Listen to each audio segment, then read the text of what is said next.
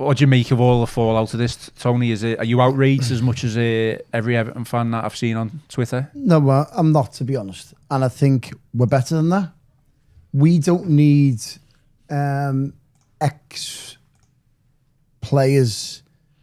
to comment on how big or how small of a club we are. We know we're a very big football club.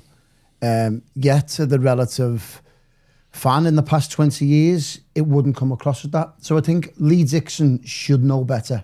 He should know better to make derogatory comments such as that while he's co-commentating on a game of football, especially when there's millions of people watching.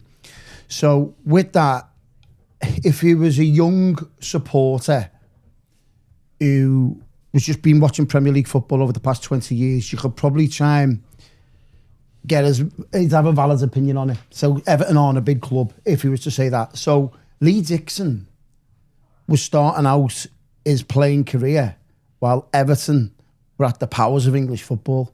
He was playing for Chester City at the foot of the Football League. He was playing for Stoke City.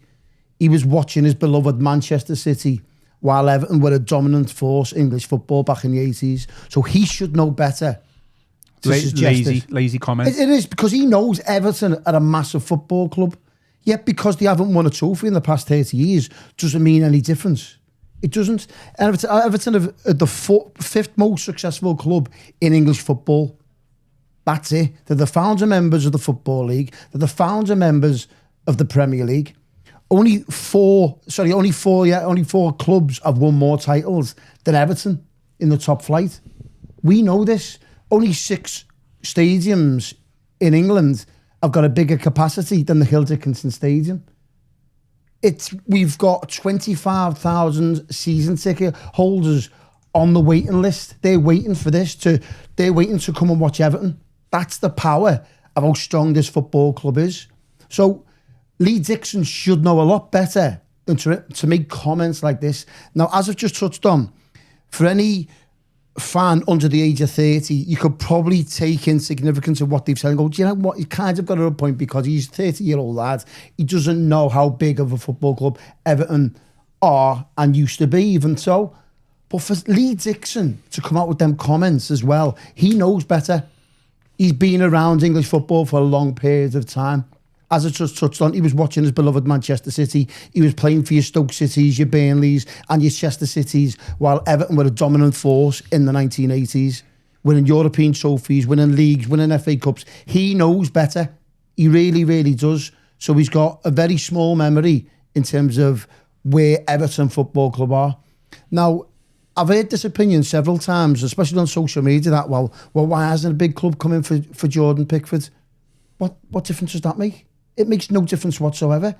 Shea Given was at Newcastle Football Club for about 12 or 13 years. Didn't win anything. Did everyone make derogatory comments about why didn't he sign for a bigger football club? Alan Shearer. When Harry Kane was playing for Tottenham from 2013 to 2023, no one batted an eyelid and made a comment about Harry Kane saying, why isn't he signing for a bigger football club? No one says anything otherwise. Ledley King is another perfect example. One of the best centre-backs in English football at the time, playing for Spurs for about 15 years. No one questions him to sign for a bigger club. But because it's Jordan Pickford and it's Everton, it suits Lee Dixon's narrative. He should know better. He really should know better. To a certain football fan under the age of 30, you could probably sympathise with the opinions, but not an ex-Premier League footballer who grew up in the 1980s. He should know better, in my opinion. I'll tell you what, So, if this is you not being outraged, I'd love to see you when you are outraged. Catch me after the Merseyside derby.